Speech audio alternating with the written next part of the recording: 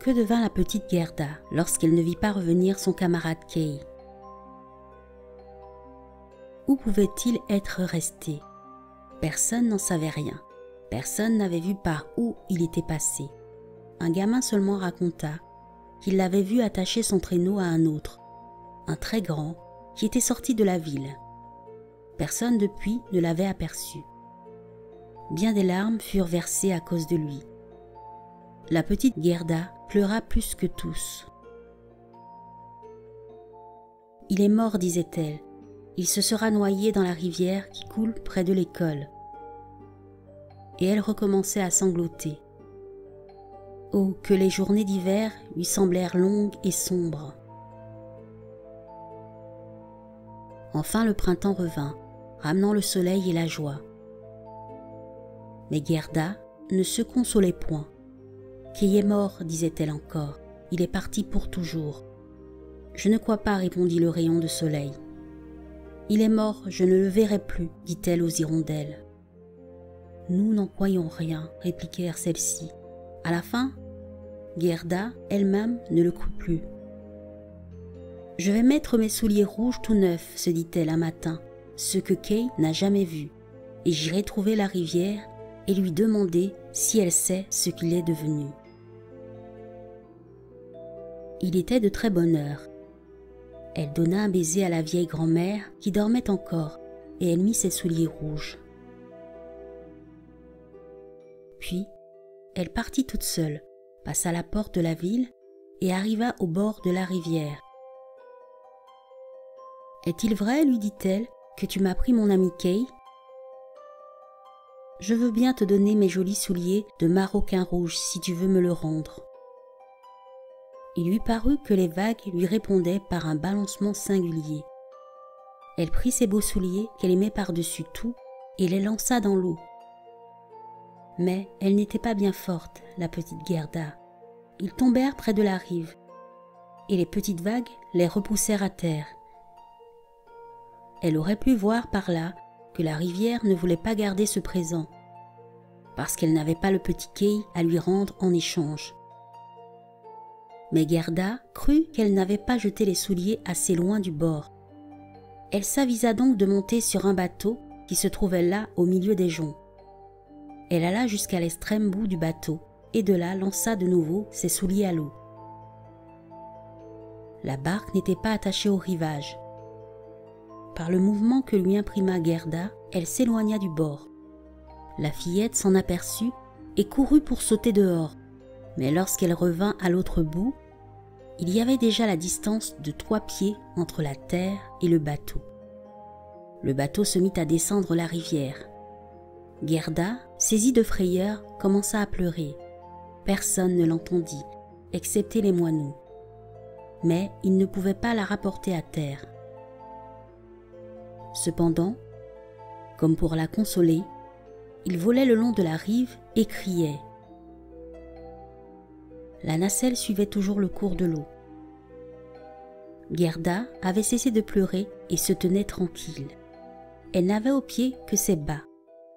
Les petits souliers rouges flottaient aussi sur la rivière, mais ils ne pouvaient atteindre la barque qui glissait plus vite qu'eux.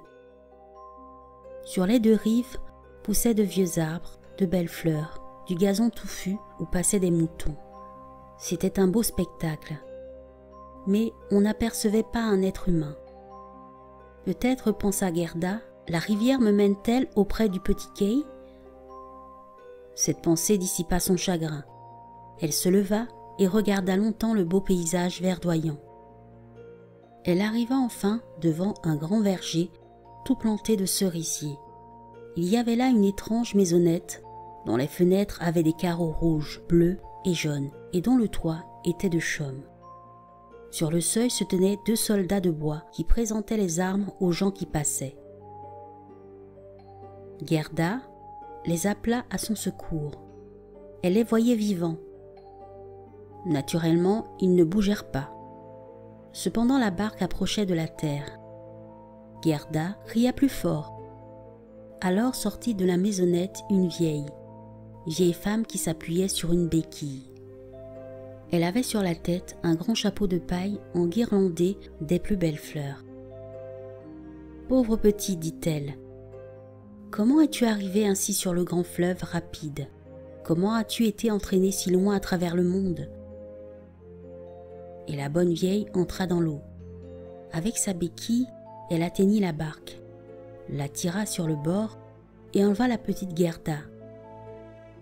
L'enfant, lorsqu'elle eut de nouveau les pieds sur la terre, se réjouit fort. Toutefois, elle avait quelque frayeur de l'étrange vieille femme.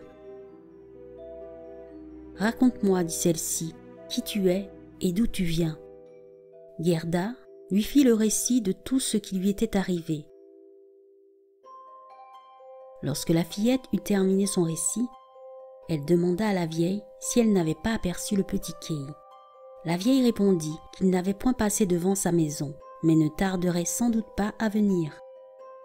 Elle exhorta Gerda à ne plus se désoler et l'engagea à goûter ses cerises et à admirer ses fleurs. « Elles sont plus belles, ajouta-t-elle, que toutes celles qui sont dans les livres d'images, et de plus, j'ai appris à chacune d'elles à raconter une histoire. » Elle prit l'enfant par la main et la conduisit dans la maisonnette dont elle ferma la porte. Les fenêtres étaient très élevées au-dessus du sol. Les carreaux de vitre étaient, avons-nous dit, rouges, bleus et jaunes. La lumière du jour, passant à travers ces carreaux, colorait tous les objets d'une bizarre façon. Sur la table se trouvaient de magnifiques cerises, et Gerda en mangea autant qu'elle voulut. Elle en avait la permission. Pendant qu'elle mangeait les cerises, la vieille lui lissa les cheveux avec un peigne d'or et en forma de jolies boucles qui entourèrent comme d'une auréole le gentil visage de la fillette, frais minois, tout rond et semblable à un bouton de rose. « J'ai longtemps désiré, dit la vieille, avoir auprès de moi une aimable enfant comme toi. Tu verras comme nous ferons bon ménage ensemble. » Pendant qu'elle peignait ainsi les cheveux de Gerda, celle-ci oubliait de plus en plus son petit ami Kay. C'est que la vieille était une magicienne. Mais ce n'était pas une magicienne méchante. Elle ne faisait que des enchantements que pour se distraire un peu. Elle aimait la petite Gerda et désirait la garder auprès d'elle. C'est pourquoi elle alla au jardin et toucha de sa béquille tous les rosiers, et tous, même ceux qui étaient pleins de vie, couverts des plus belles fleurs, disparurent sous terre. On n'en vit plus trace. La vieille craignait que, si Gerda apercevait des roses, elles ne lui rappelassent celles qui étaient dans la caisse de la mansarde. Alors l'enfant se souviendrait de Kay, son ami, et se sauverait à sa recherche. Quand elle eut pris cette précaution, elle mena la petite fille dans le jardin. Ce jardin était splendide. Quel parfum délicieux on y respirait. Les fleurs de toute saison y brillaient du plus vif éclat. Jamais, en effet, dans aucun livre d'images, on n'en avait pu voir de pareil. Gerda sautait de joie. Elle courut à travers les parterres, jusqu'à ce que le soleil se fût couché derrière les cerisiers. La vieille la ramena alors dans la maisonnette. Elle la coucha dans un joli petit lit au coussin de soie rouge brodé de violettes.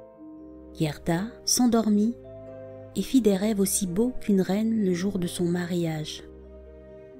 Le lendemain, elle retourna jouer au milieu des fleurs dans les chauds rayons du soleil. Ainsi se passèrent bien des jours. Gerda connaissait maintenant toutes les fleurs du jardin. Il y en avait des centaines, mais il lui semblait parfois qu'il en manquait une sorte, laquelle elle ne savait pas. Voilà qu'un jour elle regarda le grand chapeau de la vieille avec la guirlande de fleurs. Parmi elles, la plus belle était une rose. La vieille avait oublié de l'enlever. « Quoi » s'écrie aussitôt Gerda. « N'y aurait-il pas de rose ici ? Cherchons. » Elle se mit à parcourir tous les parterres. Elle eut beau fureter partout, elle ne trouva rien. Elle se jeta par terre en pleurant à chaudes larmes. Ses larmes tombèrent justement à l'endroit où se trouvait un des rosiers que la vieille avait fait rentrer sous terre.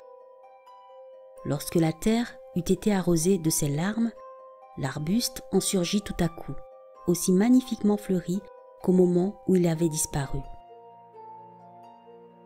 À cette vue, Gerda ne se contait pas de joie. Elle baisait chacune des roses l'une après l'autre, puis elle pensa à celle qu'elle avait laissée devant la fenêtre de la mansarde, et alors elle se souvint du petit Kay. « Dieu, dit-elle, que de temps on m'a fait perdre ici. Moi qui étais partie pour chercher Kay, mon compagnon, ne savez-vous pas où il pourrait être ?» demanda-t-elle aux roses. « Croyez-vous qu'il soit mort ?»« Non, il ne l'est pas, répondirent-elles. Nous venons de demeurer sous terre. Là sont tous les morts, et lui ne s'y trouvait pas. »« Merci, grand merci, dit Gerda.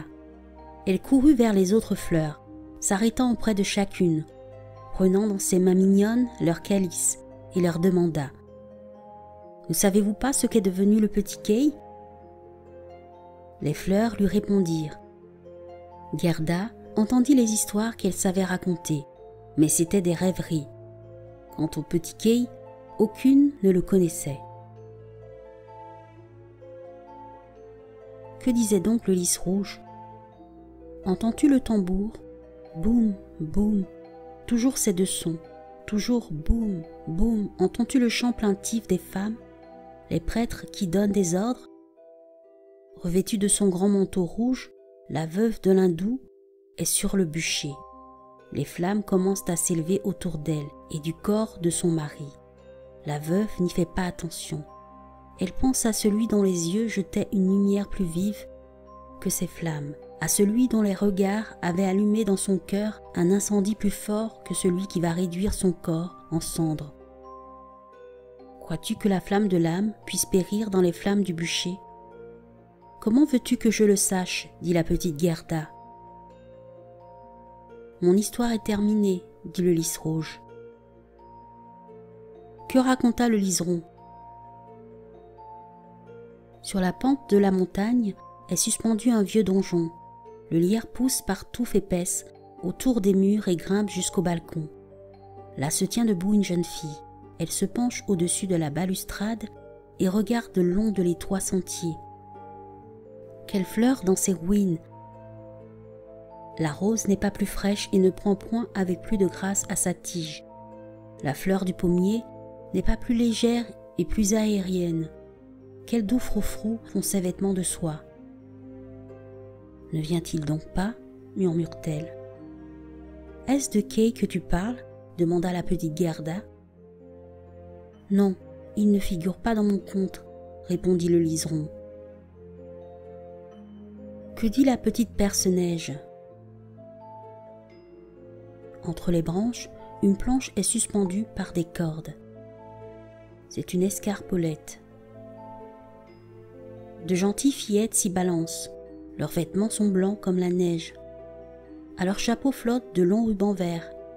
Leur frère, qui est plus grand, fait aller l'escarpolette.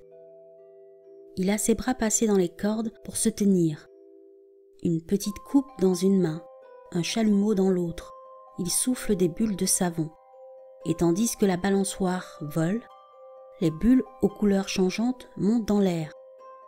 En voici une au bout de la paille. Elle s'agite au gré du vent. Le petit chien noir accourt et se dresse sur les pattes de derrière. Il voudrait aller aussi sur la balançoire. Mais elle ne s'arrête pas. Il se fâche, il aboie. Les enfants le taquinent et pendant ce temps, les jolies bulles crèvent et s'évanouissent. « C'est gentil ce que tu comptes là, dit Gerda à la Perce-Neige.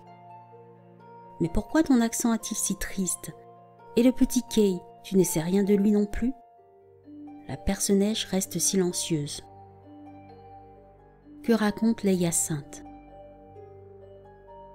Il y avait 3 jolies sœurs habillées de gaze, l'une en rouge, l'autre en bleu, la dernière en blanc. Elles dansaient en rond à la clarté de la lune sur la rive du lac. Ce n'étaient pas des elfes, c'étaient des enfants, des hommes. L'air était rempli de parfums enivrants. Les jeunes filles disparurent dans le bois. Qu'arriva-t-il? Quel malheur les frappa? Voyez cette barque qui glisse sur le lac. Elle porte 3 cercueils où les corps des jeunes filles sont enfermés. Elles sont mortes. La cloche du soir sonne le glas funèbre.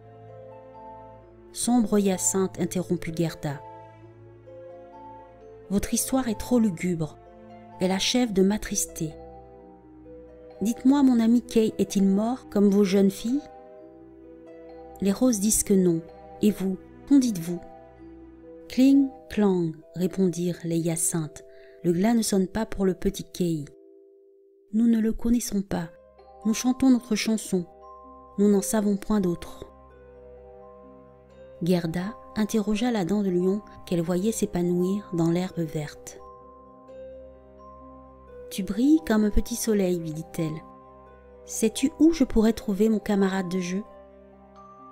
La dent de lion brillait en effet sur le gazon. Elle entonna une chanson. Mais il n'y était pas question de Kay. Dans une petite cour, dit-elle, un des premiers jours du printemps, le soleil du bon Dieu dardait ses doux rayons sur les blanches murailles, au pied desquelles se montrait la première fleur jaune de l'année, reluisante comme une pièce d'or. La vieille grand-mère était assise dans un fauteuil. Sa petite fille accourut et embrassa la grand-mère. Ce n'était qu'une pauvre petite servante. Eh bien, son baiser valait seul plus que tous les trésors du monde, parce qu'elle y avait mis tout son cœur. Mon histoire est finie. Je n'en ai pas appris davantage. Pauvre grand-mère, soupira Gerda. Elle me cherche, elle s'afflige à cause de moi, comme je le faisais pour le petit Kay. Mais je serai bientôt de retour et je le ramènerai. Laissons maintenant ces fleurs. Les égoïstes, elles ne sont occupées que d'elles-mêmes. Sur ce, elle retrousse sa petite robe pour pouvoir marcher plus vite. Elle court jusqu'au bout du jardin. La porte était fermée, mais elle pousse de toutes ses forces le verrou et le fait sortir du crampon. La porte s'ouvre et la petite se précipite, pieds nus, à travers le vaste monde. 3 fois, elle s'arrêta dans sa course pour regarder en arrière. Personne ne la poursuivait. Quand elle fut bien fatiguée, elle s'assit sur une grosse pierre. Elle jeta les yeux autour d'elle et s'aperçut que l'été était passé et qu'on était à la fin de l'automne. Dans le beau jardin, elle ne s'était pas rendu compte de la fuite du temps. Le soleil y brillait toujours du même éclat, et toutes les saisons y étaient confondues. « Que je me suis attardée, se dit-elle. Comment, nous voici déjà en automne. Je n'ai plus le temps de me reposer. » Elle se leva pour reprendre sa course, mais ses petits membres étaient roidis par la fatigue, et ses petits pieds meurtris. Le temps d'ailleurs n'était pas encourageant, le paysage était dépourvu d'attrait, le ciel était terne et froid. Les sols avaient encore des feuilles, mais elles étaient jaunes et tombaient l'une après l'autre. Il n'y avait plus de fruits aux arbres, excepté les prunelles qu'on y voyait encore. Elles étaient âpres et amères. La bouche en y touchant se contractait. Que le vaste monde avait un triste aspect, que tout y semblait gris, morne et maussade.